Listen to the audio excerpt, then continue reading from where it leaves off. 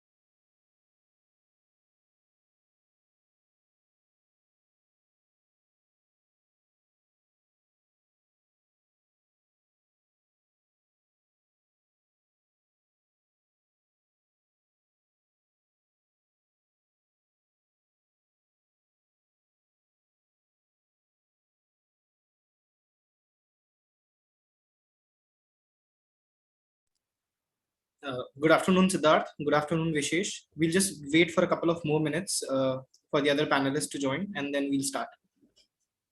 Yeah, no worries.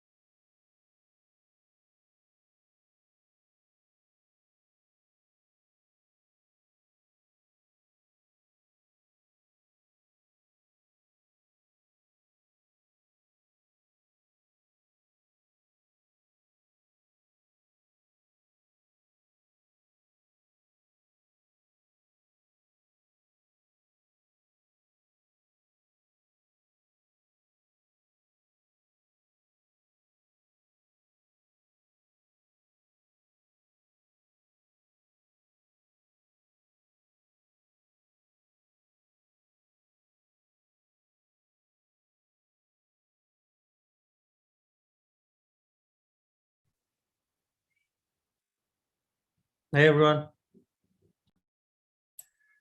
Hey, Ankit, hi. We're just waiting for more panelists. We'll be starting shortly. Sure.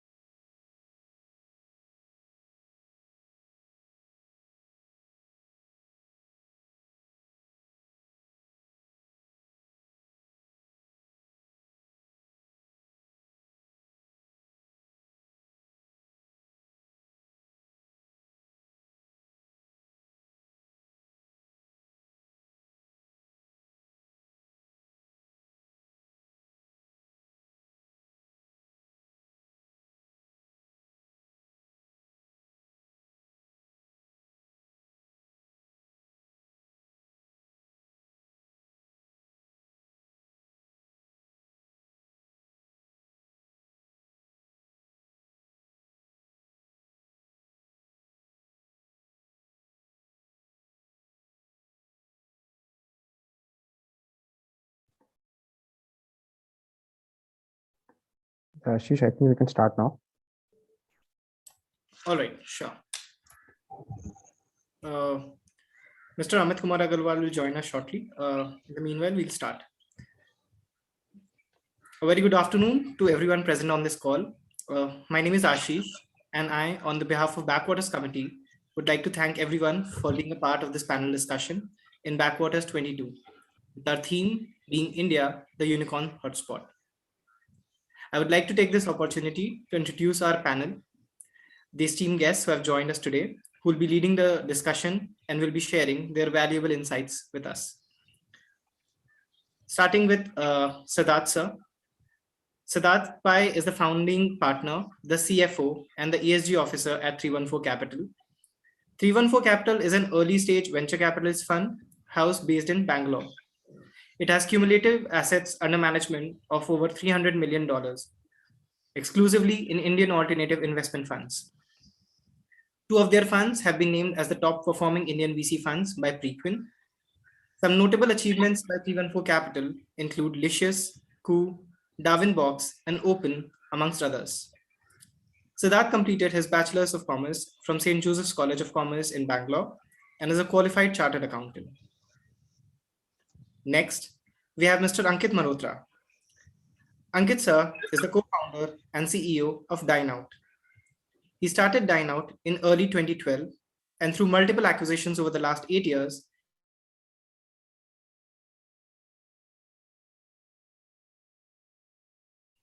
he has been successful in positioning it as the largest dine-out and restaurant tech platform in India. Ankit sir's specialities include e-commerce strategy, scaling up startup, understanding and interpreting online customer behavior, launching new product lines, and forging mutually beneficial alliances across networks.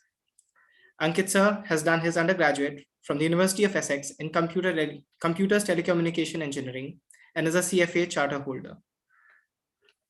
Next, we have Vishesh Rajaram. Vishesh sir is the co-founder and managing partner at Special Invest. He has a decade of investing experience in enterprise technologies.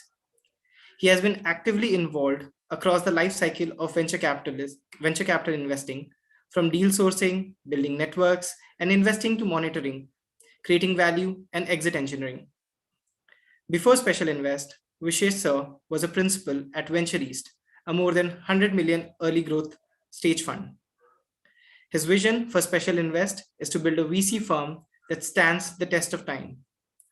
Vishesh sir is a qualified chartered accountant and holds an MBA from the Indian School of Business, where he ranked in the Dean's List. I'll take a minute to wait for Amit sir if he's with us. I have joined. Thank you, sir. I'd also like to introduce Amit sir here, a banking and finance veteran with over 15 years of experience in management consulting and strategy. Mr. Amit Kumar Agarwal is the co-founder and CEO of NoBroker.com, the world's largest peer-to-peer real estate portal.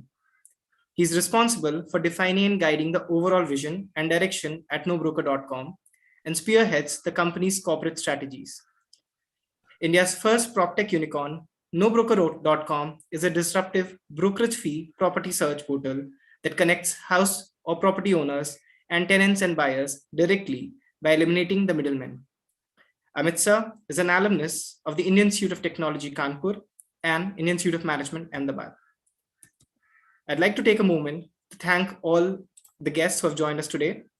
And now I'd like to hand over to Harshit to proceed with the questions. Thank you so much, Ashish. A very good afternoon to everyone present here. Andre Game once said, human progress has always been driven by a sense of adventure and unconventional thinking. With this, I would like to introduce our topic for today's panel discussion, which is unconventional businesses. It has been a strong 2021 for India if we talk about the unicorns that have emerged in the country. The year 2019, 2020, and 2021 saw the birth of maximum number of Indian unicorns, 9, 10, and 44 unicorns coming each year respectively. Although COVID-19 has caused a great amount of socio-economic sufferings globally, it is only during these times when the resilient Indian entrepreneurs have worked effortlessly to contribute to the economy. It's raining unicorns, has been the motto of year 2021, with 44 unicorns pumped up in the ecosystem and many soonicorns or soon-to-be unicorns waiting in the line. So far in 2022, we have already witnessed the birth of two unicorns, namely Mamaearth and Fractal Analytics. As of 14th January 2022, India has home to 83 unicorns with a total valuation of more than $277 billion.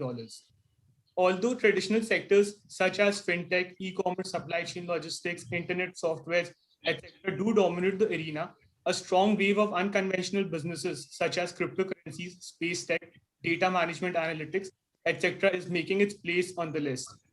Unconventional sectors and subsectors marked an entry into the unicorn space, including NBFCs, conversational messaging, cryptocurrency exchanges, D2C, cloud kitchens, and many others. Today, the Indian landscape is replete with unconventional entrepreneurship stories. From Nakul Kumar's Kashify that provides customers with the best price for their old used gadgets to Bangalore-based Boria Vista startup, which offers packaging of basic necessities for people on move in the bundle.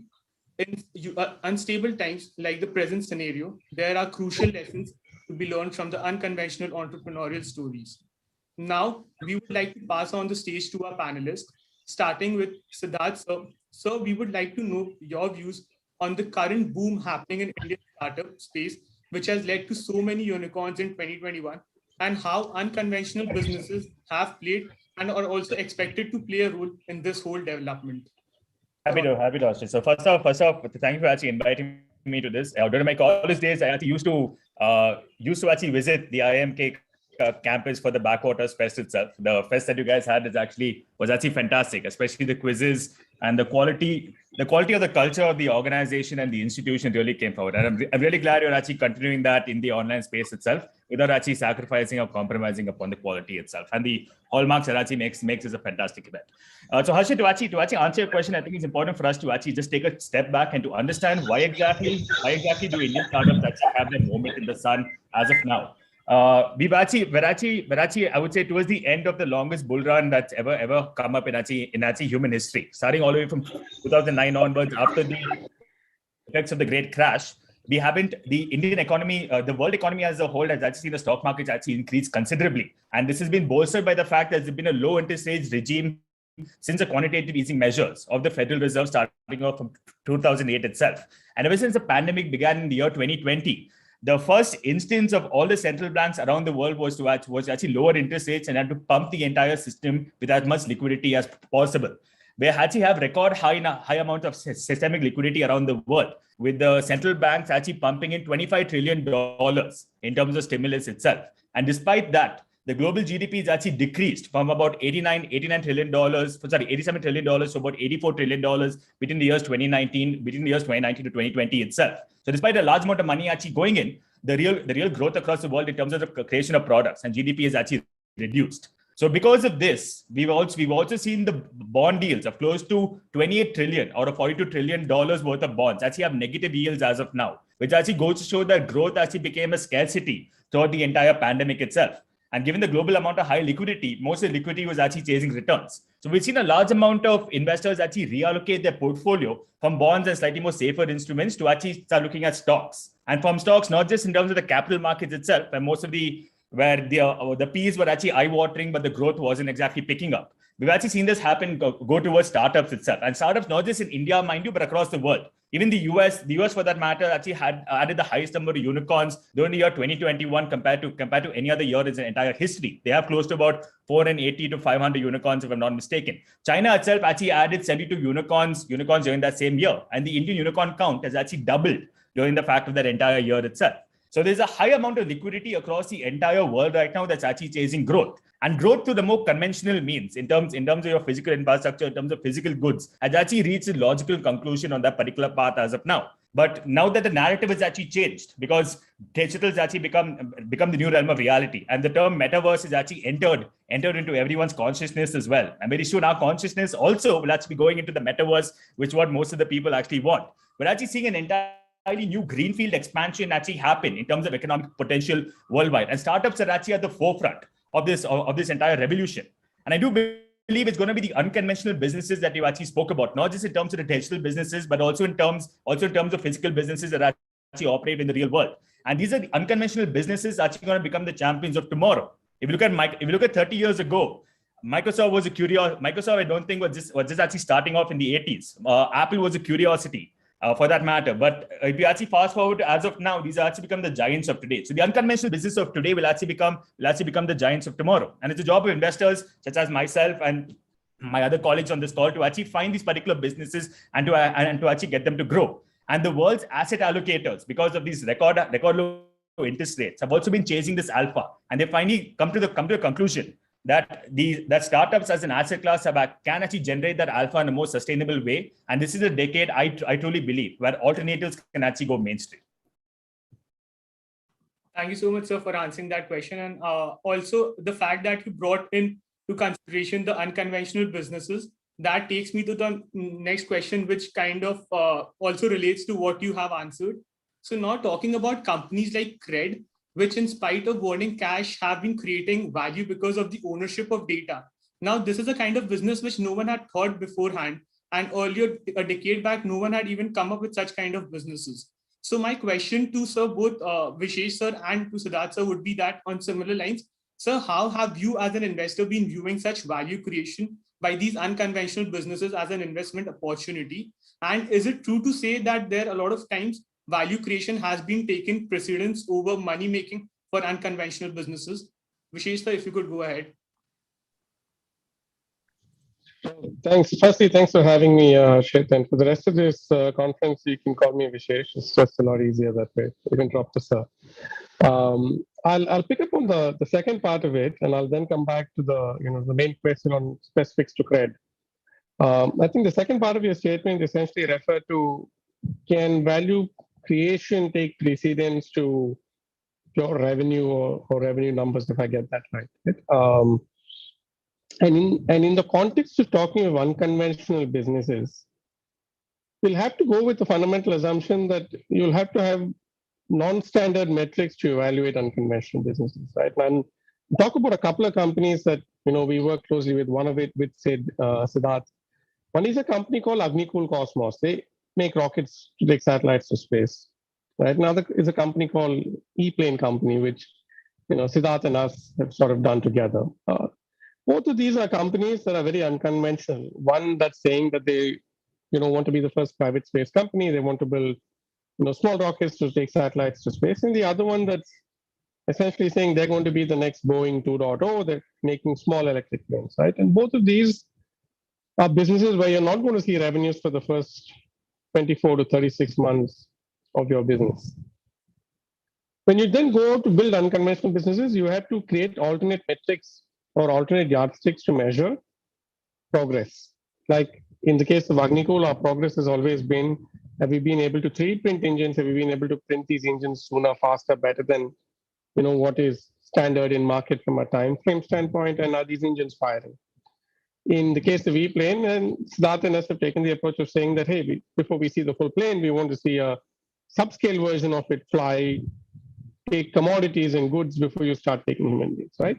So we'll have to go with the assumption that if you're building all of these unconventional stuff and you're doing true innovation, it's going to take its time. You're not going to have revenues from get-go or profits from get-go. And a large piece of our job as investors is to understand and underwrite that risk of uncertainty.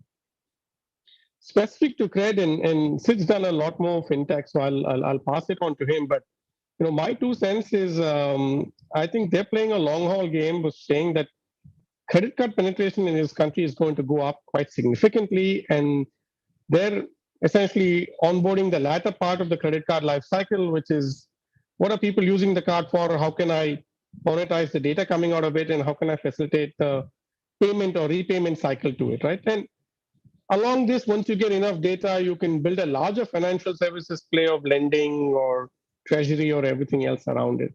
So clearly, those are long haul games, and I think there is clearly value creation happening on the data front and customer understanding front. But with that said, I'll roll it over to you. So Harshit, to actually answer your question, given the fact, I just want to harken back to what I said previously, we're actually living in an era now of historically low interest rates itself. Now, any entrepreneur where there's so much liquidity that's actually chasing growth, any entrepreneur that can take advantage of this, raise a large amount of capital because the rates are actually quite low, invest that into his business that can actually scale up and grow over time. He's actually being the smartest amongst the lot. India has always suffered from a scarcity of capital throughout its entire recent history since independence. For the first time in a very long time since liberalization, there's a large amount of capital actually chasing a smaller number of businesses. So this is a place where entrepreneurs actually become king, and any entrepreneur can actually exploit this distortion of interest rates. Can actually succeed to a large extent. If you've seen as of now, where interest rates are actually threatening to rise due to the inflationary pressures caused by the large amount of liquidity sloshing around the entire system, most of the valuations of the tech companies, etc., that have actually listed have actually crashed. And as any student of finance will actually know, the value of any asset is actually its future cash flows discounted by a certain rate of interest. Now, beyond any student of finance, as any 600 student can actually tell you, the moment the denominator actually increases, the sum result will obviously end up decreasing. So for all the students of finance who actually know, it's just basically future cash flow divided by 1 plus interest rate raised to the power of time. If the interest rate increases and the cash flows actually don't, your valuation will obviously decrease. And we're seeing this happen in real time right now across the listed markets itself. The unlisted markets, thankfully, are a lot more forgiving compared to listed markets, where ability to actually generate price change happens over a longer period of time as opposed to short-term measures. So companies such as Cred, the unconventional business actually coming up, can actually increase it over time. And from Cred's perspective, he's actually timed his business beautifully as part of that. And he's actually taken advantage of the low interest rate to actually raise large amount of money, come out with fantastic ads, become a household name throughout the entire industry. And then there are various other monetization avenues that are actually present for him. Don't be mistaken, there's no company that exists as of now, including the companies that Vishesh actually spoke about in terms of ePlane, guys who are doing deep tech, in terms of Agnikul, etc., that will not generate cash in the future. No investor is ever going to invest into a business that doesn't have the ability to actually generate cash itself. It's just that the time horizons, because of low interest rates, have actually been extended to a far longer period of time. And if we take the example of Cred is actually a fantastic business because he's truly understood India as a whole.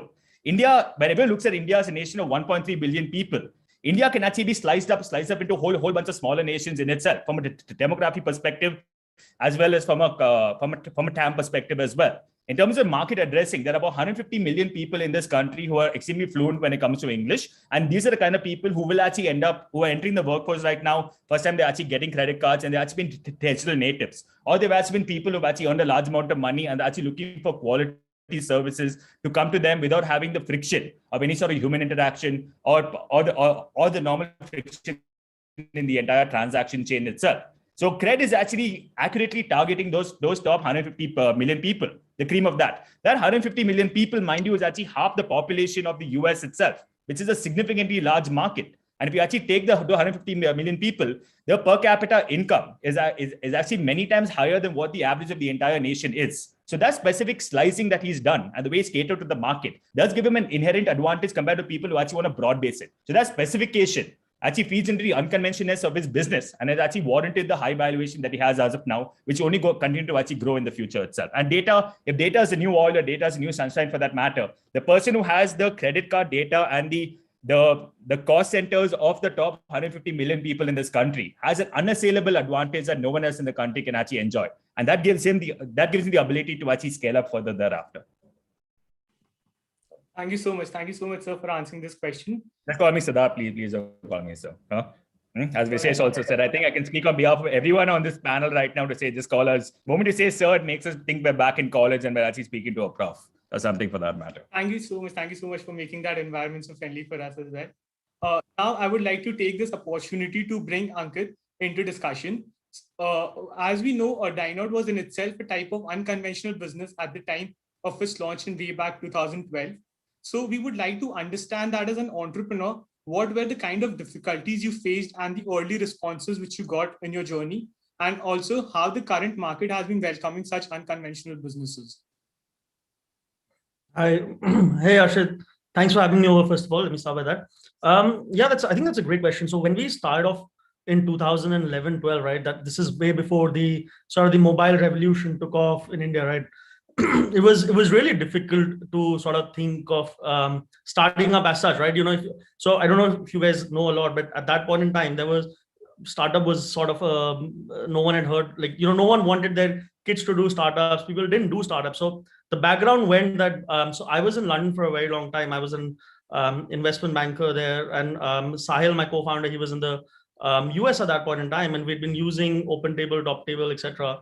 And we used to come back to India, and we used to realize that there was services like this didn't exist at that point in time. So that was the origin of trying to start Dineout, where we thought, India is going through this massive phase of opening up. More and more people are sort of now exploring, moving to the bigger cities, are exploring, different cuisines, etc. And I think there's going to be a phase where people are going to want to eat out a lot more, etc. So that was the whole origin of starting Dineout. And as you rightly identify, right, it was a really difficult time at that point in time, because obviously we started with an online, we wanted pure online, right? And I still remember, like, we started with an online platform on the 29th of February 2012, and on the 1st of March we decided that we had to set up a call center in India, because no one was there online, right? At that point in time, there weren't enough people. So we had to follow where the people were. We had to set up a call center. We had to move to this entire infrastructure of answering calls, advising people where to go out, etc. And obviously we've seen the internet, we've seen the mobile revolution around 2014, 15. I think that was the time when startups really sort of started to take off, and especially the Modi government came into power, and all of a sudden there was this huge influx of capital coming in, and that is, I think, when the market started to take off. Startups started to do well. A lot of startups, that was I think the phase of probably 2014, 15, 16 is probably where there was crazy capital available, and startups became a household name. And we've seen a lot of unconventional startups, and obviously, so the point I'm trying to make is that was the point when we also decided to pivot, and we went from a pure online, like a table reservation platform, to a tech. We pivoted to complete pure B2B tech play as well, where we started to build softwares for the restaurant industry. So today we're the largest software provider to the restaurant industry. We control the entire chain for a restaurant, from the point of sale system to CRM systems to basically the supply chain management systems, etc. Right? So that was a pivot we were able to make, and that's another important point, right? Like, as a business grows, you realize you go deep into the ecosystem where you're present. You realize what the needs for the restaurant are, or of that particular industry are, and how you sort of grow. And so from 2014 onwards, we did multiple acquisitions in the B2B space to go deep into the restaurant tech.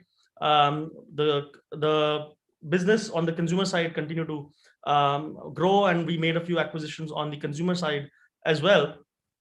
And business till 2019 end was great. And then we all know what happened in 2020 when the pandemic struck, and I think the restaurant industry across the world was the hardest hit, without doubt, right? For all of a sudden, overnight, restaurants shut down for a long period of time. So we went from doing great business, and we have this festival called the Great Indian Restaurant Festival, where we get crazy discounts to consumers at like 50% off, no holds barred for the entire month So in February 2020, we had this festival, and we were probably at a highest numbers ever. And then March 2020, we just went to a standstill. And coming out of that, obviously, was really challenging. So the last couple of years has been quite challenging, but that is, in my opinion, that's where the opportunities lie as well. And I'm not talking just from a Dineout perspective, but from a startup perspective, right? The last major crisis that the world saw in 2008, when the financial meltdown happened, that actually saw after that, the era of 2009, 10, 11, we saw some of the largest internet companies which exist today take off during that time. And now again, 2020, 2021 is when we are seeing huge influx of new startups coming up. And at Dineout also, we saw opportunities to grow. So we acquired a company called Stepping Out, and now we're transitioning into this entire event space, because our belief is that coming out of the pandemic, right, people have been craving to go out of their houses. People have been craving to meet their friends, families, etc. And there's going to be this new influx of, or not, I would say influx, but basically people are going to place a lot more emphasis on experiences. and on personal sort of enjoying themselves a lot more coming out of this and spending a lot more money on experiences. So, there's going to be this massive shift in how people spend money that we're going to see over the next couple of years, where people will probably be either a work from home environment or working from different locations. People are going to be doing a lot more life experiences per se to really make up for the lost time. And I think that's the opportunity that we saw, and we're going to see a lot more conventional businesses come out of the next couple of now already and over the next couple of years. So yeah, it's definitely interesting times to be there. And just to add, the consumer demand is back, right? So in December of 21, we were 3x of our pre-pandemic level, because it was just crazy the amount of people who were going out and the amount of money they were spending. So the point is, it's a cycle. The 2020, early 21 was a low, and now we're again coming out of it in the next couple of years is definitely very exciting. Thank you so much, Ankit, for this detailed explanation about this whole journey of yours. Now, I would like to invite Amit into the discussion. So, NoBroker.com has been a disruptive idea in the real estate industry. Hence, you had also faced some sort of severe challenges in the beginning involving legal notices from brokers, as you mentioned in Economic Times interviews as well. Therefore, sir, according to you, how should an entrepreneur who has some sort of disruptive idea, they should prepare themselves for an entry into an industry which itself has a high entry barrier? Taking an example, say real estate, sir.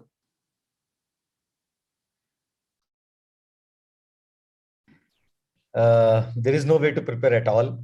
You can assume that anything and everything will happen, right? From some random guy sending you legal notice, or some brokers, a group of broker trying to threaten you, or some government department suddenly waking up and trying to make your life difficult, or for the matter, some demonetization or some COVID or pandemic like COVID just appearing out of the blue. So I think to answer your question, is there a way to prepare? I don't think. It is more like that quiz which used to happen at 2 p.m. in IIMA, that you think that you are prepared for, but almost always you are not prepared for. And as an Indian entrepreneur, perhaps the trick is to be always be ready for anything which can go wrong, and have some buffer. So mentally not be flustered by any challenge which may come, and try to be more rational, as rational as you can, because whenever you are faced with any trouble, I think the way which works is to keep the emotion aside and quickly attack at the problem in the most rational way. And thirdly, to be more practical, have some buffer. So for example, anyone who has some amount of, if you are faced with a problem of attrition, it's better to have some buffer of employees. If you have some problem in terms of, if there can be a problem in terms of your runway, it is better to start raising funds before you are too close towards finishing your funds. So to answer your question, I think Indian entrepreneurs are, it's almost a must-have quality to be ready with any surprises, and to deal with them in terms of either creating buffer or and be emotionally ready to handle them. Thank you so much, sir, for the answer, sir. Now, I would like to pass it over to Akhil from the Backwaters Committee to take over the discussion forward. Hi, panel. I'm Akhil. I'll be taking up a few more questions. For the next question, we would like some context from Ankit and Amit first before we hear from the young sharks. How important were the first few names in your cap table? How did you get them on board to your large and unique vision? I think this is a good question. And I think, so I'm going back to 2012, right? At that point in time, when we started up Dineout, we had absolutely no thought of raising money from anyone, because, that the environment wasn't like that at that point in time. The only thing that we always focused upon was customer service. So we ensured that whoever reached out to our platform, we were able to give him the best customer service possible. And we did that. We were relentlessly at it for first 3, 4, 5, 6 months. And it so happened that one of our customers really loved the service that we were doing, and that's how we started talking to that customer, and then eventually that discussion turned into an investment thesis, because those guys happen to be the founders of a company called TBO, which is actually now going for an IPO. So they were our first investors at that point in time, purely because we focused on customer service, and we managed to raise that first round of angel check from them probably 6 months after starting the business. And after that, I think I think once you have that first couple of good names on the cap table, then they help you open up a lot of doors. And from then on, it's been great for us. And we managed to get Times Internet on board, and they've been great investors as well so far. So and now for the last 4-5 years, I've been actively investing in the startup space. A couple of, for example, one of my latest companies is called One Code, which is now raising money from a slew of high net worth angels. So I think it's important definitely to have good people on your cap table, because it not just demonstrates that, obviously, it demonstrates basically trust in what you're trying to build, and they help open up a lot of doors. So yeah, so that's my 2 cents on it. So as far as I'm concerned, to be truthful, when we raised funds, we did not care who's giving us money. We pretended as if the investor mattered to us. We went in the meetings and told them how important you are and how much value you will add. But actually, we wanted to just get money. And we did not want any interference from any investor. We didn't want any ज्ञान. हम कहते हैं हमें अपना काम करने दो, आप बस पैसे दे दो, आपको वो काम है, हम अपना काम खुद कर लेंगे. So my true intention was just to raise money. I don't care about which investor is, what is the name of the investor. A few years later, now I have some, thankfully or fortunately, it didn't work against us. Now my opinion has changed from my own experiences, fortunately all positive. So we raised fund from SAF, who turned out to be, who are now called Elevation, who turned out to be great supporters, great investors. But at that point of time, we just wanted to raise funds. Then we got funds from BNext, which was a very small investor, and we were not sure. Teru is the guy who basically leads BNext, and we were like that we have already raised 3 million. Why do we need a 0.2 million check from some guy in Japan? But we took that money because we thought, let's not say no to money. But 5 years fast forward, what we have realized is that, and this is my basically suggestion to all the students also, that see, when you run a business, all types of pluses and minuses happen. And some months are good, some months are bad, some projections work out, some don't. And you need investors who support you and who don't panic for small things. And there are plethora of examples in founder community as to how a panicky or a over-worried investor has just made the company go down the drain. So it is extremely important that the investor supports you, genuinely believes in you, and just getting money is not enough. To give an example, Teru from BNext is one of the smallest investors, earlier at least, on our cap table. But the amount of support and blind faith that he has in us, and the way in which he has helped us over the past 6-7 years, I think if he just calls me and says, jump out of the window, I will jump.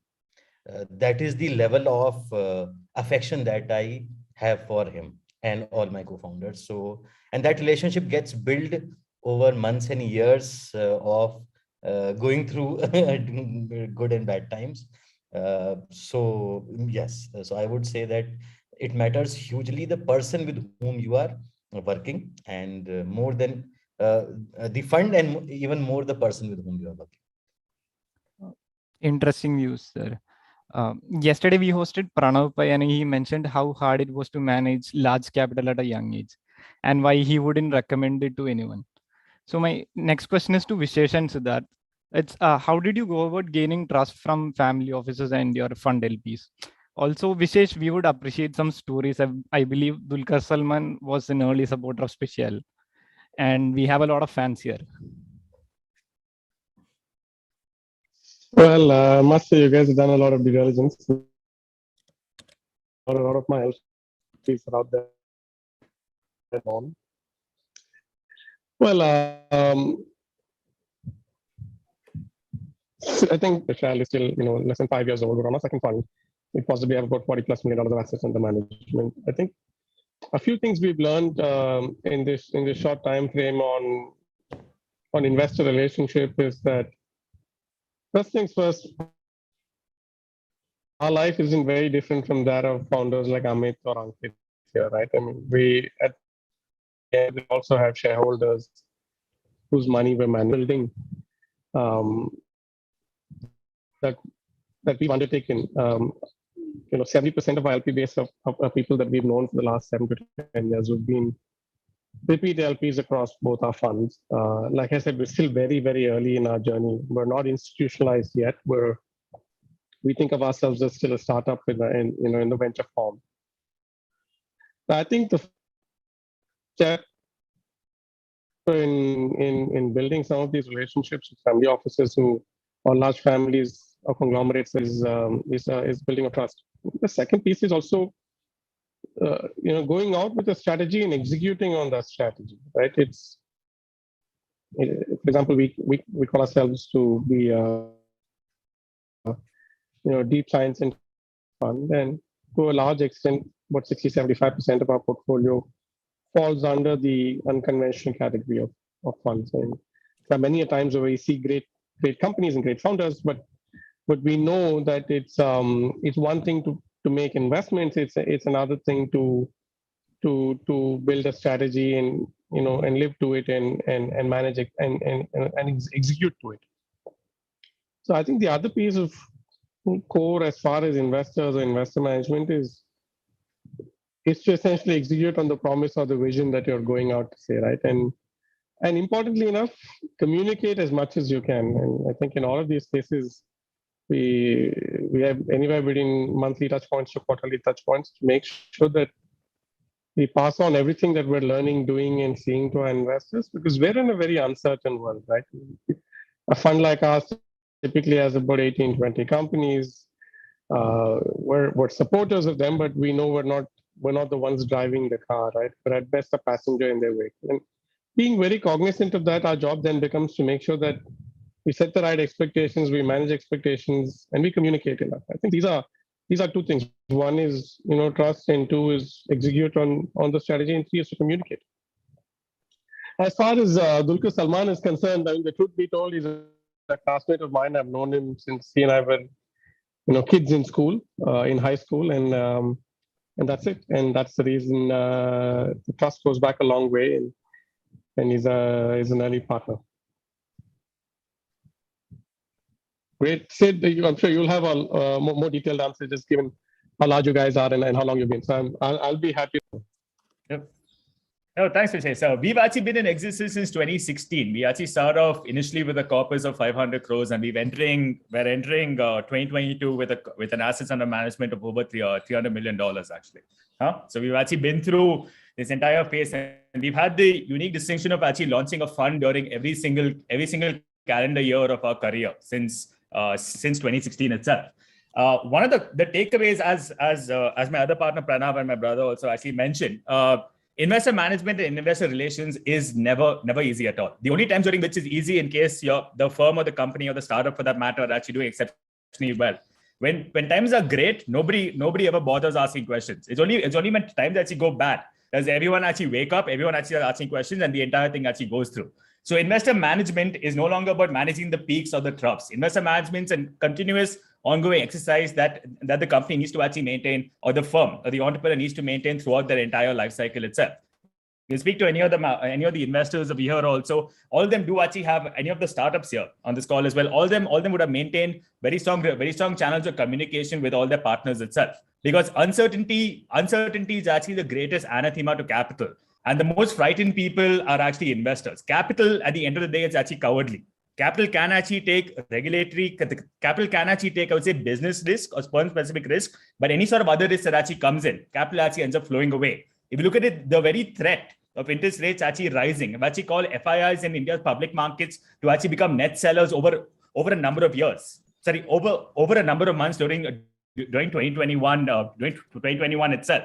So that actually shows that even there have actually been occasions, and this is actually well documented itself, where even the choice of words by one of the central bankers, be it India's RBI or the US Federal Reserve or the ECB for that matter, have actually caused the markets to actually rumble.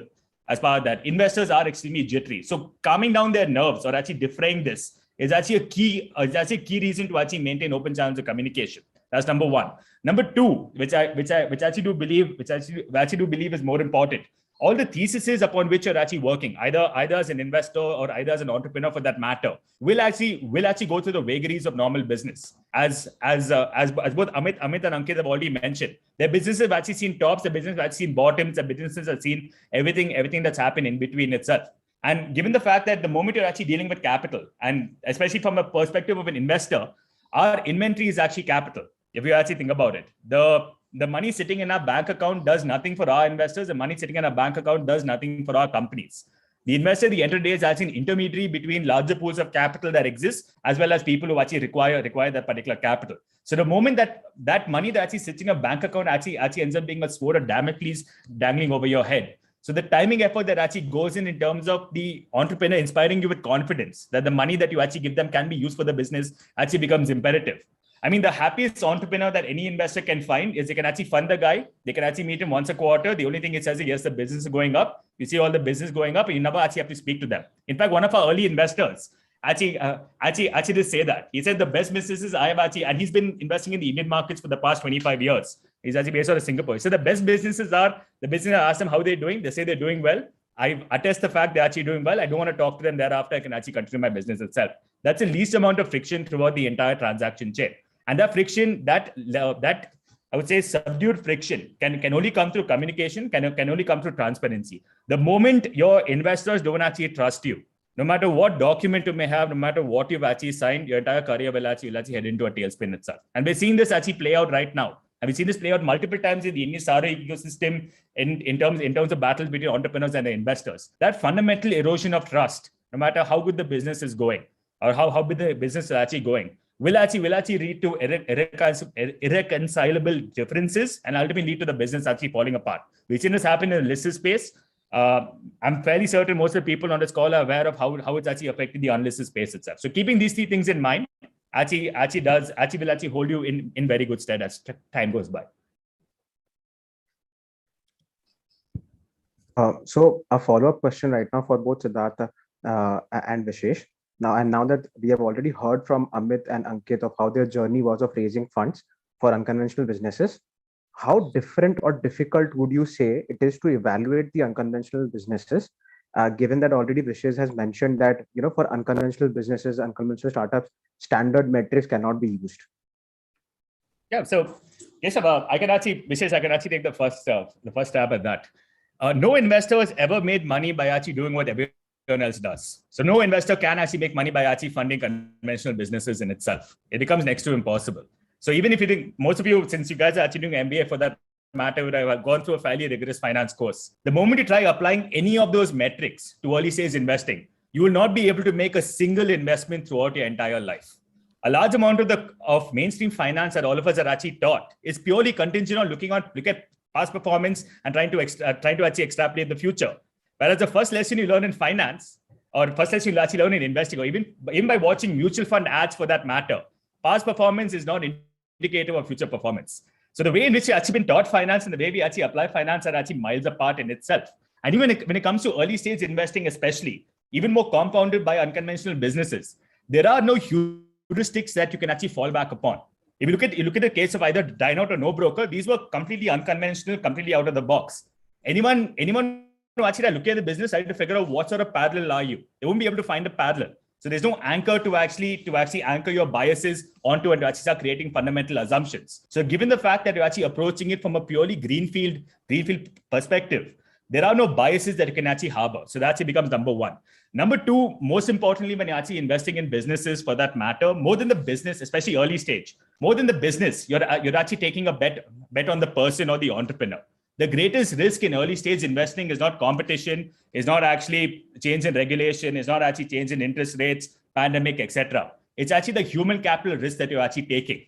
If the entrepreneur decides one day he no longer wants to run that business, whatever money you put in, whatever metrics they have, everything will actually collapse as of that day itself. There is no investor who invests in the business for the privilege of actually running it. The only one you can possibly think of has actually been SoftBank and WeWork, and everyone's seen how that's actually played out as part of that entire thing itself. So human capital risk is actually the greatest risk when it actually comes to investing. So making sure that you're comfortable with the founder of that particular business and in their ability to number one, grow the business. Number two, deliver what they've actually promised. Number three, hire a strong management team and to actually create management bandwidth that allows the company to actually grow. For every founder that you may think of, be it a Baiju, be it a Kunal Shah, be it a Jiten Gupta, be it a Vivek from Licious, or anyone else for that particular matter, there's an entire team that actually exists behind them itself that's actually making that company grow. The cult of the founder, the cult of personality is more a marketing gimmick than it is actually anything else. At the very onset, it's the most imperative part because the culture actually does get built around that particular founder itself. But in time, any smart founder will always de-risk the business from the concentration risk that actually comes by making everything contingent on that particular person. So human capital risk actually becomes a very, very significant portion of what actually happens. The third part that you actually need to look at, which also feeds into the entire investing framework that more early stage investors actually do pursue, is the ability for the founder of the business to actually pivot.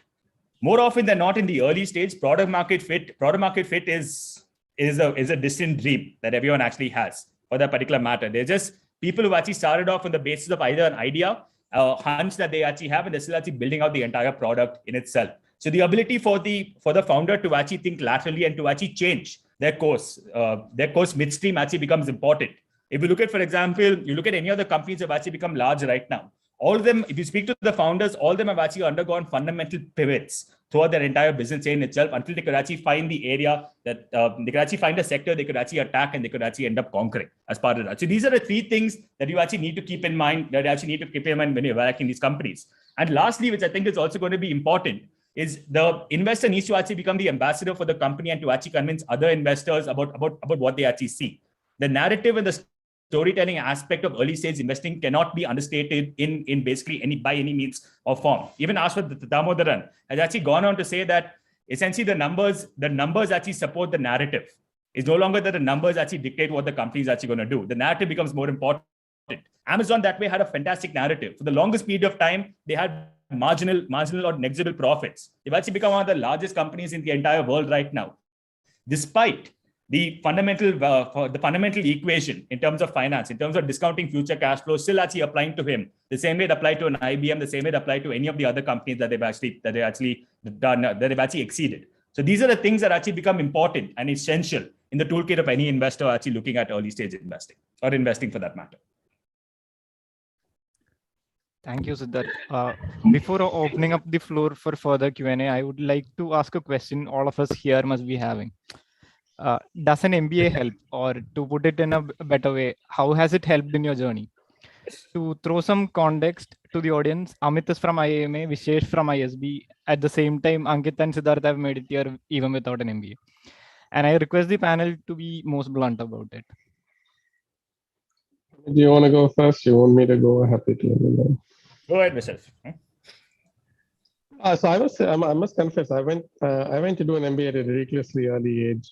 I went when I was at 22. So I gave little and I got a lot. I think if I reflect back now 15 years, I think the biggest takeaway for me was an opportunity to network with some very high quality human beings. So I think to me, that was the biggest takeaway. The fact that I could be with 400 odd people and could learn like the biggest learning of my life, which was that I will never be the smartest person in the room, right? And early on, did fairly well academically. So when I went to business school, I thought I was a really smart kid. And then I ended up being just 400 odd people and they were all smart in their own way. And my biggest takeaway was, hey, you can never be the smartest person in the room, but can you try and find a way to be useful? And that's a good starting point. So that's what I learned. You don't have to necessarily go to business school to learn that. And hence you've got enough successful people who don't have to go through that path, but I did, yeah. Thank you.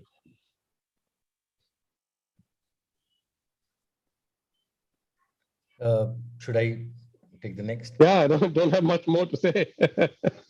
Sure. So because we are talking to the IIM students, so I would say it has been hugely beneficial. Let me say why. So I am not getting into the discussion whether can you be a great startup founder without MBA or not. Of course you can. And there are umpteen number of examples. You don't even need to be an engineer. You can be anyone. But having graduated from IIM has been extremely beneficial from me. Yes, when I was in IIM, the things which mattered to me, and I'm sure many of you can also resonate, was how much grade am I getting? Am I going to be among the top 10% or not?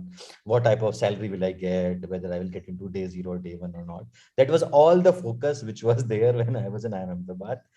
And I'm sure many of you basically think that whether Kozhikode is good or whether Bangalore is good or Ahmedabad is good. I think as an IIM student, it is perhaps natural to think that. But let me tell you, none of that matters. The thing which basically is hugely beneficial coming out from IIM is two things. One, that because of the IIM brand, it is easier to get the doors open and get meetings with investors. So that is because generally you have proven that you have cracked CAT, and hence you have qualified that intellect level that investor will call you for the meeting. It doesn't. So at least that one door is open. And second, and the biggest benefit is that once you have this IIM brand, it is the brand which is called life, and it allows you to take risk. Somehow our system is such that the entire process is over focused on getting good salary, that somehow can you get the day zero salary, can you get day one salary. But don't you guys think that the fact that you are from IIM ensures that you are going to get a job for the next 40 years every time? You leave your job and start something of your own, you come back after 2 years, you will always get a job. It might be a lakh rupee more, it might be a lakh rupee less, but this brand of IIM ensures a job permanently for next 40 years. What an amazing privilege it is. And it's a huge privilege. And unless you use that privilege to take some risk and do what you really want to do, then what's the point? Was this brand just for taking a 20 lakh rupee of loan of education loan to get some good salary? You would have gotten a good salary elsewhere also. In NoBroker, I think the top salary earners are perhaps non-IT and non-IIM guys, tech guys. When I was studying in IIM, it never occurred to me. I was too much busy in local optimization, my grades, Ahmedabad versus Bangalore. But the global optimization is that you have got a brand which is always be with you. And if you as an IIM graduate cannot take some risk in life, then think about a guy who does not have any pedigree worth mentioning. How can he take risk? So this brand is basically opens door forever, and no matter how old you are, and gives you a huge risk appetite, which is a waste unless you really use it. So that's my submission. All right. So my view is probably going to be very different, and I hope it could appear a lot. It could sound controversial as well, but just to some background and context, right? So I had my first job at the age of 21 at an investment bank. So I was at BNP Paribas in London, 2006, and I was coming onto the graduate program. And I remember I was part of a batch of 6, and there were people who someone was an MBA from Cambridge, someone was from Glasgow, someone was from LSE, and here I was just a undergrad in computers and telecom engineering, right? So that was my first experience, and I never thought that because I don't have an MBA, I'll never be able to get that job, or I'll never be able to compete with those people. In fact, it motivated me to perform to actually work a lot harder, because obviously there is that whole mindset that, if you've done an MBA, it's you're probably a lot smarter or better, etc. So I had to work a lot harder to prove myself. However, I think when I started Dineout, right, and my co-founder Sahil is actually an IIMK graduate, but I genuinely think that in India over the last few years, students who are getting MBAs from some of the top colleges in India have a sense of entitlement, or they feel that they have a sense of entitlement when they come out of college. They think that their salary should be a lot higher. And I'm purely talking from a startup context, right? Where I was able to do a startup, raise funding, etc., without having an MBA, and my co-founder has an MBA. So, was it good or bad? I don't know. But the fact, what I'm trying to say is that I've seen people without MBAs being a lot hungrier, being a lot more passionate, trying to, working a lot harder. And on the flip side, I'm not trying to diss an MBA. Please don't get me wrong. I think it's a great sort of, it's a great degree to have. But I think, in fact, what, Amit just mentioned, I think people who probably gone through an MBA, in my opinion, their risk-taking appetite actually becomes a lot lower. Because in my opinion, they've actually, invested, 2-3 years of their life into studies. It's a huge financial commitment that they've gone through. And because of that, their first thought is that, how do I get that back, etc. Obviously, if you're an IIM or an ISB graduate, obviously you will, doors will probably open for you. But I think it's not that just because you're there, doors open. I think at the end of the day, as a startup founder, what you're trying to build, how you've gone about your business is probably also as important as MBA. And that's the way I personally, honestly, sort of feel about it. So I'm not trying to diss anything, but I'm just trying to say that at the end of the day, the hallmark of a great founder is how he's able to handle tough periods of time, and not whether he has a degree or not, and where he's graduated from, because and it happens both ways, right? We've seen some top MBA students with MBAs build great companies, and we've seen students who've not graduated college build great companies. So there is really no different. There's no way to say that one is better than the other.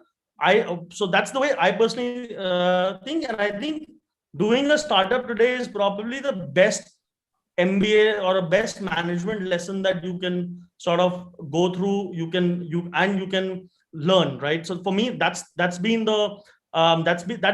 my, at least sort of that's my thought on it, and my 2 cents on that.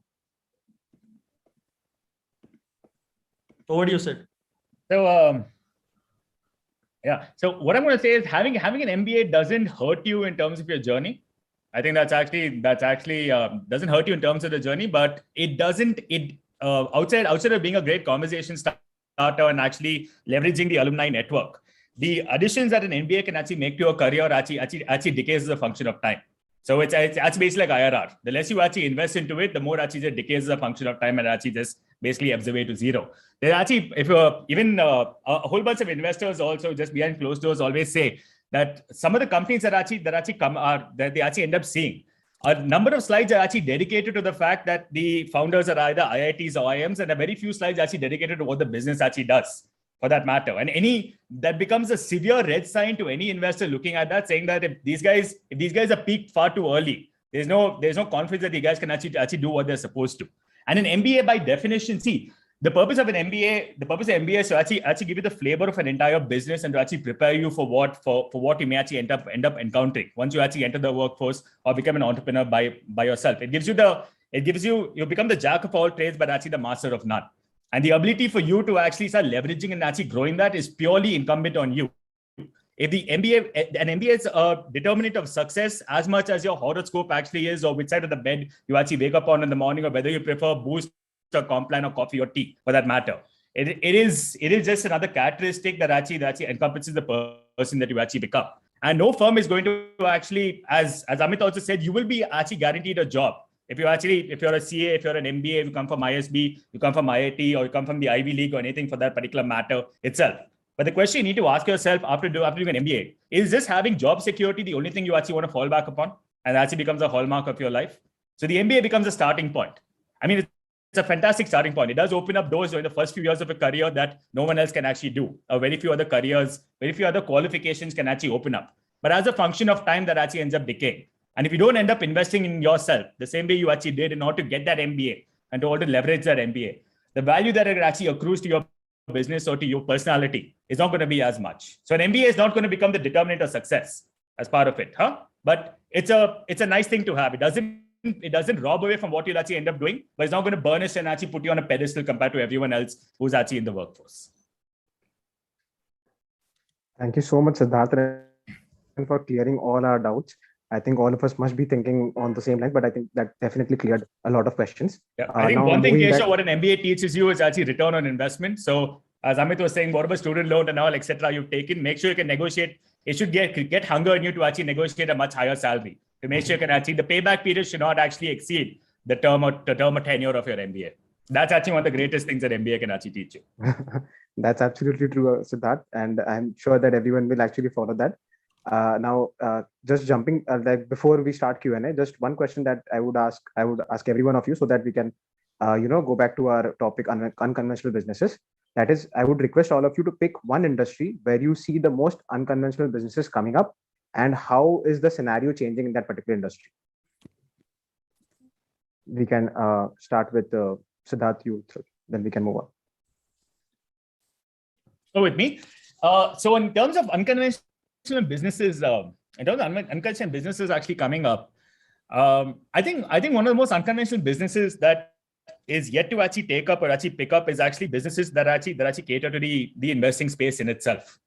We've actually seen a number of companies actually looking to make the life of an entrepreneur better in terms of either connecting you with professionals, helping you do your entire business plan, helping you make a pitch deck, helping you get greater analytics into your business and everything that actually comes up. But and we've seen this happen for fintech, seen this happen for agri-tech, seen this happen for deep tech also to some extent for that matter, and to every other industry. The one industry that hasn't yet actually been touched for that particular matter is actually the AF industry in itself.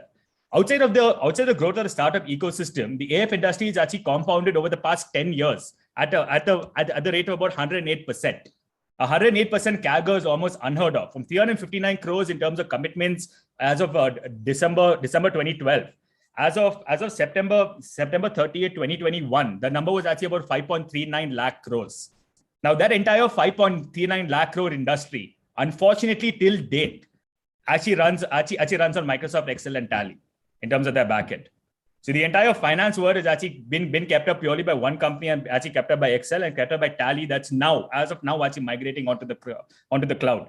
So the guys and the VC industry or the AF industry or the investing industry, despite actually investing in disruption, is the least disrupted industry throughout if you actually compare it to literally anything else. It's also very, very set in its ways, and the same functions, the same formula that actually applied 20, 30, 40, 50 years ago during the birth of modern finance are the same ones that actually apply now. So the unconventional business, there is no business that we've actually seen coming up in this entire space. But the one kind of business I do actually hope that entrepreneurs actually look at is the fact that this sort of industry is actually ripe for the taking as part of it. And this sort of industry is one of those second order industry that actually grows with the growth of the startup industry. And everyone looks at startup and says, wow, no one's actually looking at the guys funding them and say, okay, what exactly do these guys actually need in order to start making their life easier? And the one person who can tackle that, even get a 5% share of an industry that's worth 5.39 lakh crores is going to be humongous and actually dwarf some of the other industries that actually see a lot more competition within them. Thanks, Sid. I think if I were to pick one unconventional industry or sector that I think could possibly define the next decade, it's possibly going to be climate or climate tech. I think a lot has been done on the industrial side in the last 60, 70 years with a short-term horizon that's beginning to already bite us in more than one way, be it air, be it the water, be it depletion of resources. And I think businesses are now beginning to not think in 5-year, 10-year time frame, but in longer time frames. And we're already beginning to do a bunch of course correction, at least in other parts of the world and slowly here as well. We think there's a lot to do there, and we're working with a bunch of founders looking at building some very unconventional tech and businesses out here. Exciting times ahead.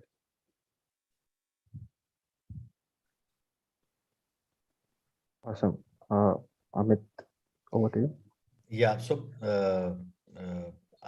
I also think that in terms of the unconventional business, climate and sustainability has been something which has been talked about a lot.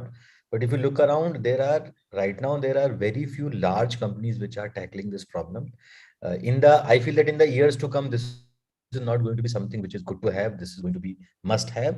And there are huge amount of opportunities to make good revenue, good market in climate. Especially, I'm very bullish about water in particular. So hoping for better times to come. Thanks.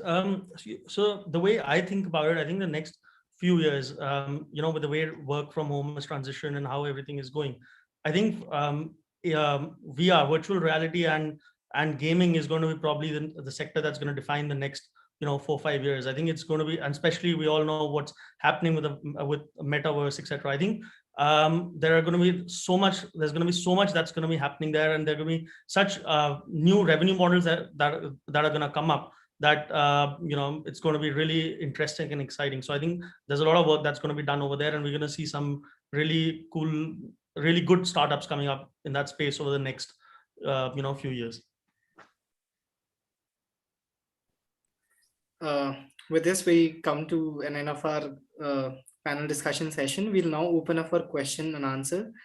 Before that, I'd like to thank all our esteemed panelists for a wonderful session. It has been really insightful and enlightening to hear you all. We'll take up a few questions from the audience now. Members of the audience may raise their hands and we'll take up the questions.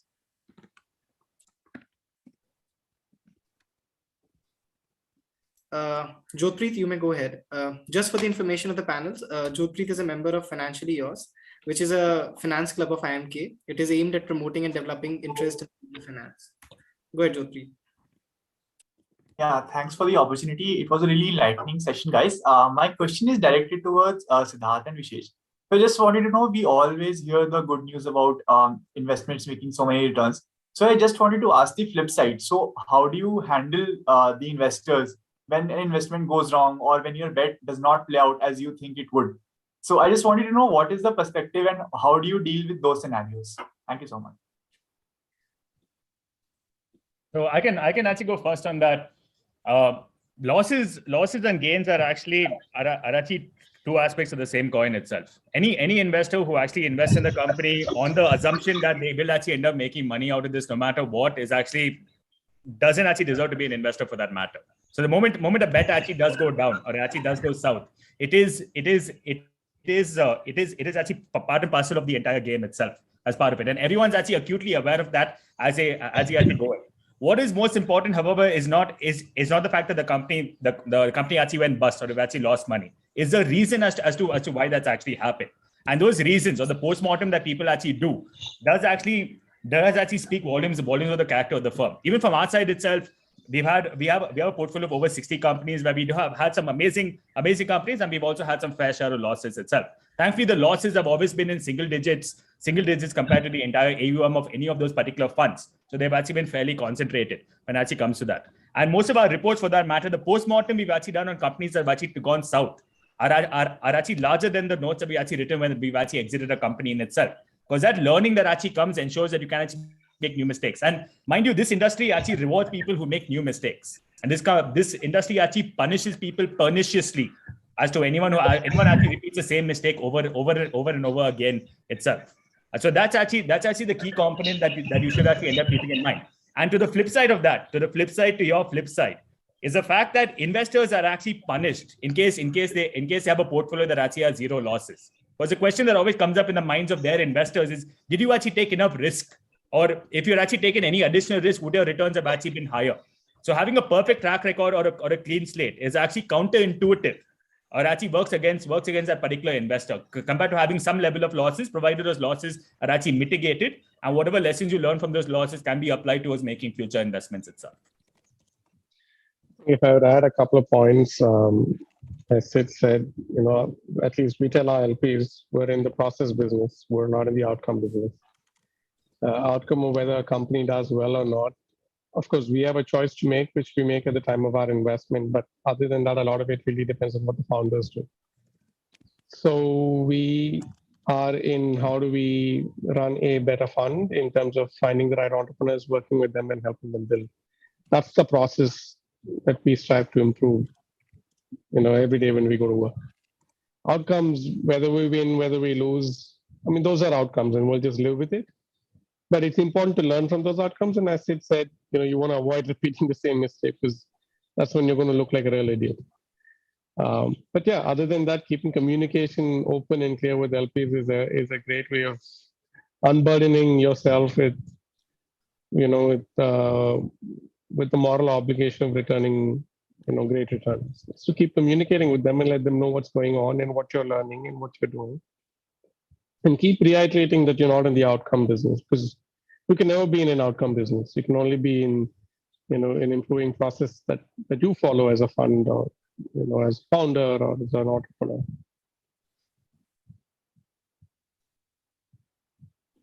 Yep.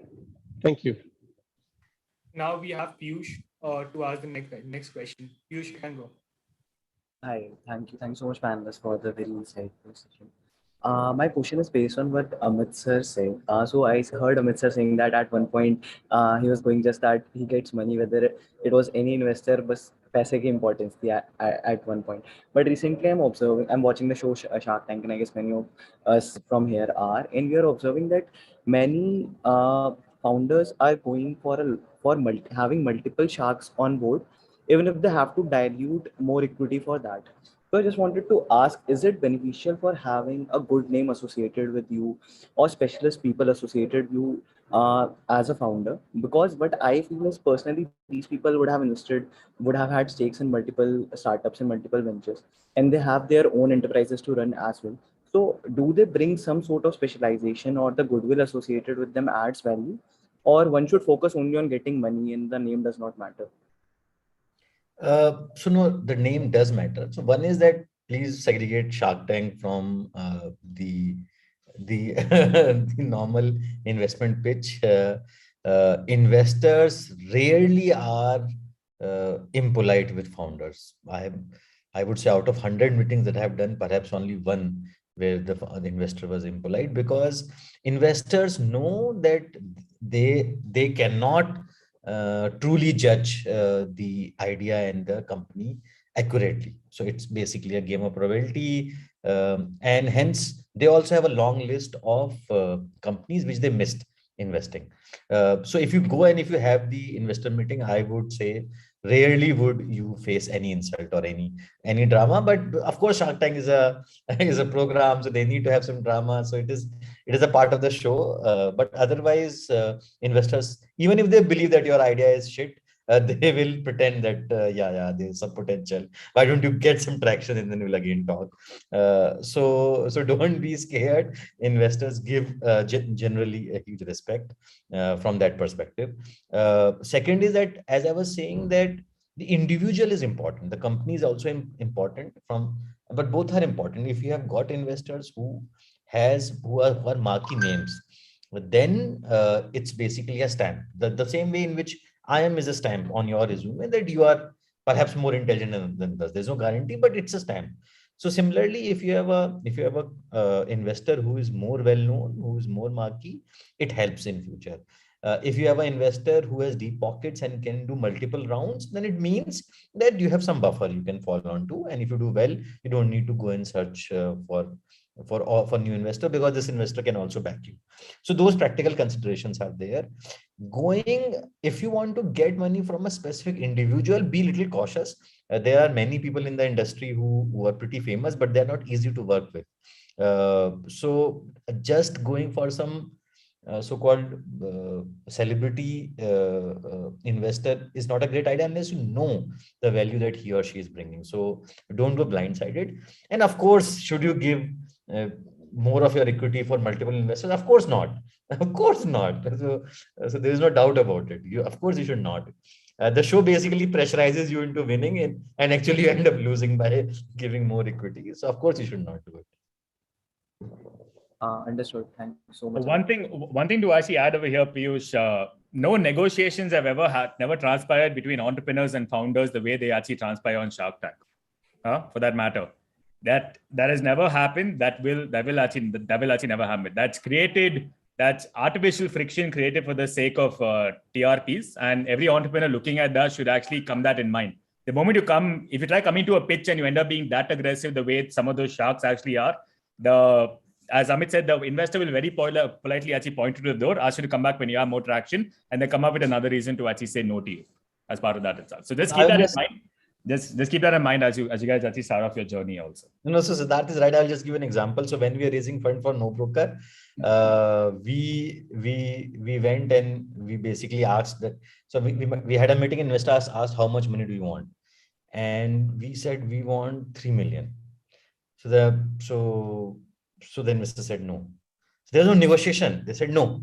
And then we asked what happened. So they said, no, 3 million is basically, we are not in that space. And we don't think that we can take that much of a bet on an idea which is not proven, because non-brokerage, it is neither proven in US nor proven in China. How can it work in India? So we are not going to put so much money. So they said no. There's no back and forth. There was no chance for us to say that, okay, not 3 million, what about 2 million? Because they said, hey, you thought about an idea, you came with a number.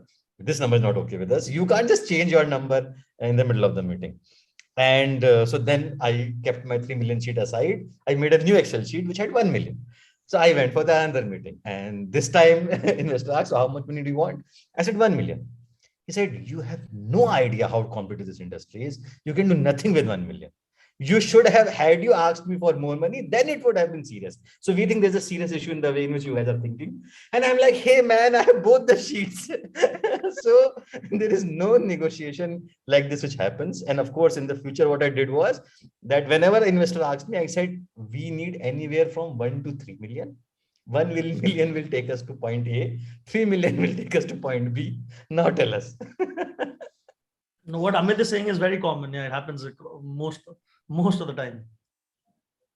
Yeah, actually, just make sure you have a plan for every investor. Make sure you have a plan for every investor, and you have an actual plan for your business that you guys actually look at. Maybe also understand that, see, some of the Excel sheets that you actually come out during your first meeting itself is actually part of the same marketing material as your pitch deck.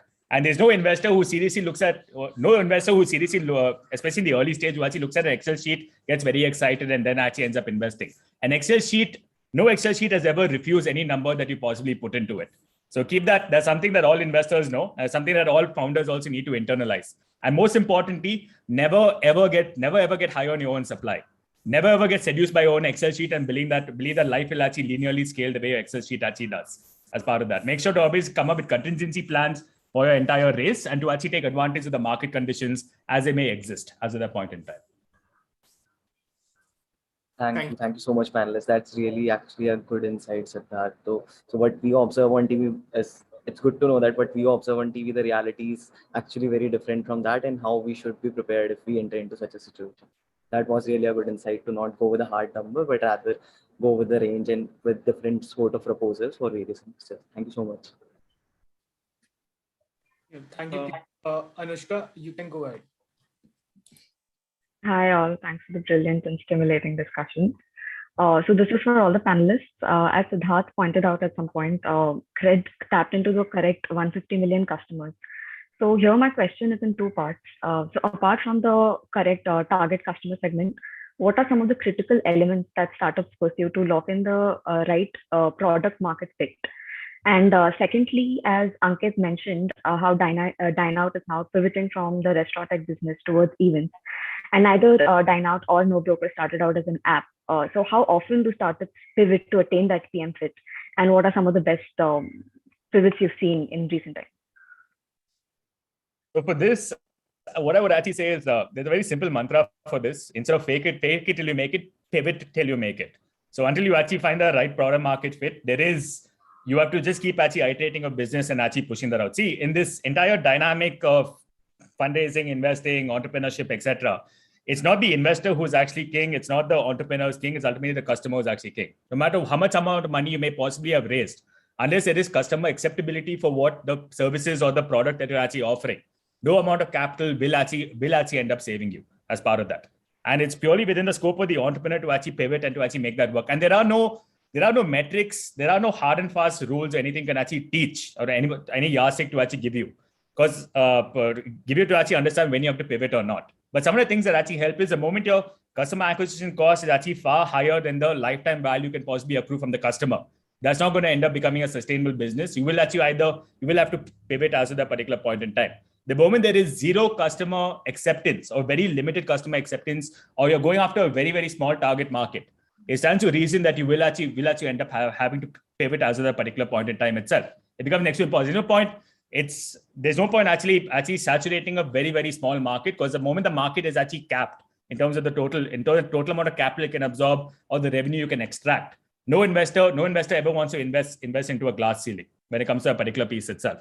And the third part that actually comes when it comes to pivot, for that matter, a pivot is something that you need to actually end up doing during every single stage of your entire life. You look at Microsoft. Microsoft actually commanded the entire desktop industry as at a point in time. It failed to pivot to actually accommodate what was happening in terms of smartphones itself. Every single smartphone iteration, including the most recent ones, that double screen or something, has actually fundamentally failed. But one of the best pivots that consequently has actually come from Microsoft, where they said, look, we can't do anything consumer. Our entire DNA is actually enterprise. And now Azure has actually become the second or third largest cloud service provider. And with the acquisition of Activision, Blizzard, and whatever they're doing in gaming, and the fact that they've actually teamed up with Sony to actually power Sony's cloud computing using Azure, has actually seen them playing to that strength. So these are the kind of pivots that you have to end up doing. You're never too old for a pivot. You're never too young for a pivot. You always have to pivot till you actually make it. And unless you can actually change, you will actually end up becoming a Kodak. And the last thing any business wants to do is actually end up becoming a Kodak, a dinosaur, analog system in a digital age as part of that. So the pivoting is actually a fundamental aspect of entrepreneurship itself. Absolutely. Just to add to that, I think the main point is that, you have to follow where your customers are going. So, you are probably, or most startups operate in or interact with a customer across one touch point, right? But then you also have to figure out what the customers are doing. And at least in our space, it was very important to figure out, okay, if dining out is taking a hit, or if people, what else are our customers doing? How are they stepping out of their house? What are they doing, or what are they looking for when they want to go out of the house? So, and across most businesses, right, you try to find your core competency is something, and then you figure out what your customers are doing and see how you can adapt your business to actually get them across multiple touch points, because that's how that's what's going to happen. And it's the same whether you see it at Swiggy. They started off with just food delivery, but now are doing a lot of things in the delivery space. You credit, for that example, credit cards, but now they're doing a lot of on the loan side, on the rent payments, etc. So my point is that most companies are just trying to do that, and the successful companies do that better than the others. So, Anushka, basically the dilemma is as follows: that when you study in IIM and when you give exams, there's a defined answer which the professor is looking at, right? And if the answer is right, then you get full marks. The psychological problem is that the moment you open a startup, there is no professor who can tell you the right answer. So I'm not sure whether you have heard, but Bezos went to Harvard Business School and spoke about his business, and the students voted that this is just a copy-paste business. Many others are doing it. You can't make much money through books, and you should shut it down. And that's what basically people told. In our case, so we went with the idea. Now, investors said that, see, this has not been done. Non-brokerage has not been done in US and China. So how do you think it can be successful here? And while we defended, we also thought, yeah, there might be some merit in what these people are saying, because they have so much experience, and it might be true. There is something unknown that we are unaware about. Then somebody basically said that nowhere in the world in real estate has a customer ever paid upfront before the deal gets closed, and we need to charge upfront because we are internet-based. We can't send goons to recover money. So it has never been done else in the world. So how do you think you can do it? That's a valid doubt. Then somebody said that there are so many strong companies, and if the idea is such good, they will just copy it, which is also valid. So if you are writing an answer paper, then all these three answers are valid, and your prof can basically give you 0 out of all three. But then we said, okay, let's ask customer. So we basically asked customer all these questions and decided based on that.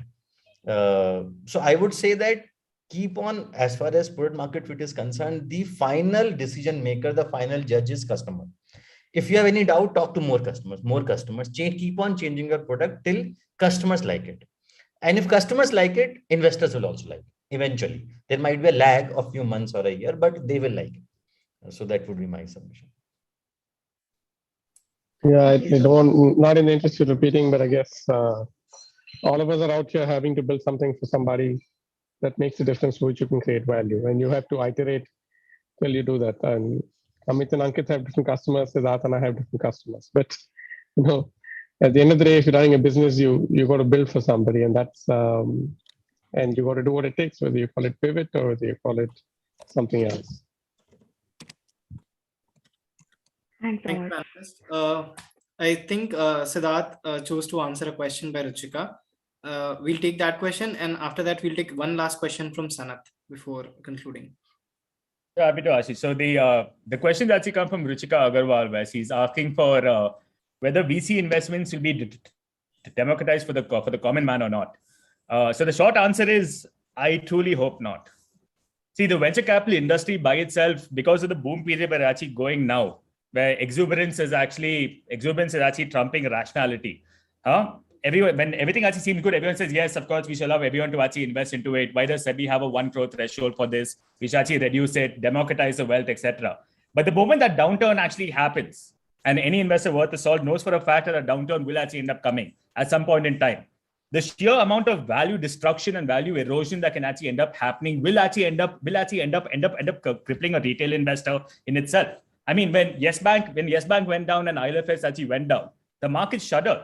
Despite actually having a liquid market where you can actually easily exit, retail investors actually struggle to exit as a particular point in time, and they've actually lost a large amount of money. If you contrast that with the startup ecosystem and private markets, there is no liquid market that actually exists. If a company does bad, that entire loss has to be absorbed by you as part of it. And there have actually been situations where entire industries have actually ended up getting gutted. If you look at the crypto ban that actually happened, all those crypto startups, except for the few ones who actually had enough cash to pivot to Singapore for that matter, there was a large amount of value destruction that actually ended up happening as part of that. It became exceptionally hard for anyone to actually recover any money, and that industry still is going to take a large amount of time before they actually end up picking up in India itself, more importantly. So venture capital investments should not actually end up getting democratized for retail investors because the level of risk that it actually entails is actually far too high. There's a reason why the industry is actually called the alternatives industry. It's not part of the mainstream. It may eventually become mainstream, and there are other avenues to actually get that. But opening the floodgates of that to retail investors will actually be counterproductive and counterintuitive. That's why nowhere across the world are actually retail investors encouraged to actually start investing into startups. It's something known as the accredited investor that India's recently introduced. Singapore's had it, Japan's had it, UK's had it, the US has had it for that particular matter. Where there's a certain financial cushion and there's a certain ratio during which you can actually invest. And you need to be a sophisticated investor to understand the risks when it comes to that. But I do believe that we will actually come upon a time where mutual funds or slightly larger managers of pools of capital may actually be allowed to invest a certain proportion of their entire AUM into startups itself, into startups or AIFs or venture capital funds for that matter, to actually generate that small amount of alpha. And that I do believe should actually end up happening within the span of a few years itself. And for anyone looking to actually get a flavor of alternatives, anyone actually has a private NPS account. The NPS actually allows you to actually invest up to 5% of your total money, 5% total allocation into AIFs itself. So that actually gives you, if you actually look at those returns, unfortunately, I actually spoke to one of the NPS managers in about late 2019, early 2020. They've actually said that they've actually gotten, I think, about 50 odd crores of money as of debt, despite this actually being in existence for like 4 or 5 years. So that's a very, very small proportion. So it stands to reason that retail investors are fascinated by what's actually happening, but they don't exactly want to take that monetary risk. And very few of them are actually aware of the downside that the asset class actually entails. Thank you, Siddharth. I'll take one last question from Sanath. Sanath, if you may unmute and speak your question. Thank you for this opportunity to ask this question. So my question is to you, Amit sir, that I have a real estate startup where we are looking to disrupt the market in Mumbai particularly. And this is something new that has not happened in the industry before. So when you started NoBroker and you were trying to do something, because real estate market is majorly dominated by brokers across India, and brokers play an important role in Indian real estate market. So when you say a NoBroker, you are basically going against a community that is that is major player in the market. So how do you go about it? And do you have a fear of failing? Because you always had this question of, I am Bangalore, and you could have always got an easy job. So would you have that question, and would you not do the startup because it is too disruptive and you feel that it might fail? And second part of that question is to the VCs, that would VCs not be willing to invest in such a startup which is too disruptive, which is, as you said, it was not done in America, it was not done in China. So when you try something new business model, so how do you go about that? See, my experience is if it has not been proven elsewhere in the world, it's a negative. So raising funds does take some time, longer time. Second is, if you think that fear of failure is not there, every founder is insecure, is fearful, is full of anxiety, and is always worried. Every founder, no matter whether you are a unicorn or a decacorn or you have not raised any funds. So that feeling can never go. And every businessman has that feeling because you're running something and unexpected things can happen. So you can, if you are going through this path, that's that's how it is. And I don't think you can ever get away from that feeling. Coming to the real estate question, I think as I said, the final decision maker is customer. The only thing that you should make sure is please don't pick up a market which is very small. Many a times the customer problem is good to solve, but the market size is very small or some very niche. Then it is not suited for VC funding. It is suited for profitable business without VC funding. So be very clear. Just because everybody is raising VC fund, you don't need to raise VC fund. So make it very, very clear firsthand. And as far as brokers are concerned, we would have loved to make a business model in which we can coordinate with brokers, work with them. Why work against them? Unfortunately, in India, given the dynamics, the brokers will not reduce their charges drastically, nor will they improve their customer service drastically. So it doesn't work out. But if you can somehow find a way, like Ola hired the same taxi drivers for their taxis, then it is awesome. So if you can find a way to work with brokers, it is great. If you can't, then I think just chase customers. And as far as NoBroker is concerned, see, you don't care whether I am from IIM or whether NoBroker is a unicorn. If you are looking for a house, you find on NoBroker, it's a good site. Otherwise, it is shit. You don't care. You will go to a broker. You don't care about my background. You care about your need. If your need is fulfilled, we are great. Otherwise, you don't care that I came and spoke in this forum of yours. So I think same with customers. If you are solving a need of customers faster, cheaper, better, you will get the business. Else the broker will, and broker should. So on the VC part, I can actually answer that question quickly. Like I said, no investor ever made money by actually following what other investors do. There is no such thing as a extremely disruptive business that actually occurs. Every disruption is an opportunity for an investor to actually make outsized returns itself as part of it. That's why the very definition of alpha is actually doing something better than what other people actually do. And every fund manager, for that matter, looks to actually generate that alpha for their investors itself. But that being said, there have actually been several occasions where the timing has not actually been right for the idea itself. And there are investors who will actually be very, very open and upfront with you about that. And this could be for a variety of reasons, extraneous to what you may actually doing. The regulatory climate may not actually be conducive for those kind of businesses to actually come up. There may be a glass ceiling in terms of the market, as Amit actually spoke about, that you may actually end up tackling. There may be such well-funded companies in that particular area that unless you can actually raise an equal amount of funding as them, it becomes impossible for you to actually scale up thereafter. Or the market may actually end up becoming so small that it's not really worthwhile. The investor can't actually end up making money, and you actually will actually end up bootstrapping that entire thing itself. Even all the industries that are actually up and coming as of now have actually gone through the same thing, where either one of these issues is taking them time to actually become popular. Even Licious, for example, when we invested in Licious way back into 2016, we were actually the first Indian VC to actually invest money into them. And everyone looked at it saying, this is not an idea whose time has come. There is no purpose. There's no reason to do it. India is a majority vegetarian nation. How can you guys actually do this, etc., etc.? They now become India's first D2C unicorn, and they're actually galloping through the entire thing itself. They're actually expanding into a number of Indian cities and actually scaling up. That actually shows that even if the idea, no matter how scared you are, even if other people have actually said no, so long as the entrepreneur believes that can actually get done, and he proves it, more importantly, capital and money and investors will obviously end up following as part of that. But that's why I said the greatest risk of investing is actually human capital.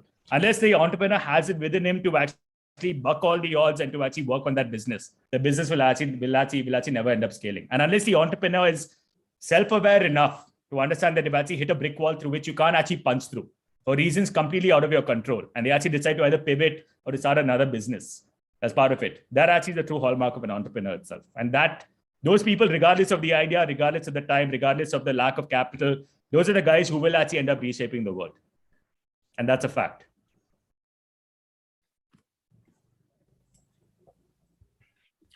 Thank you, panelists. If the panelists may allow one last question, one person is raising hand. So if I may go ahead with that. Rupadatta, you may go ahead and ask.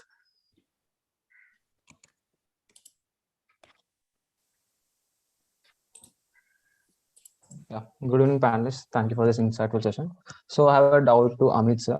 So as we can see, the real estate sector is booming. As we can see, the pre-orders from the Shobha and all the DLF, they are making a good revenues.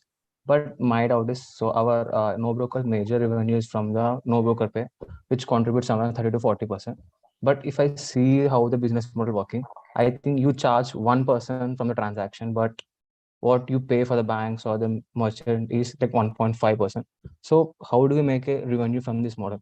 Because all other competitors also charging the same. So it's like you blink first and you lose the customers. So how long can we sustain this business model? Or we're trying to make some kind of attract to the customers, then we can build around it. Financial services is a small part of our business. It is less than 20% now.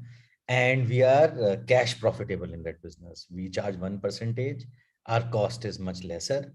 So this business is profit after tax, PAT profitable. We are the substantial revenue that we get is from real estate. There was a period of time when there was a lockdown, and hence artificially the financial services business basically contribution rose. But now over the past 1 year, that became lesser. And we basically reduced, we made the charges and the amount in such a way that it becomes profitable. So we are, of course, we are not bleeding in financial services. We are making money there. A large part of our revenue comes from the core real estate, which is from buying, selling, residential, commercial, both.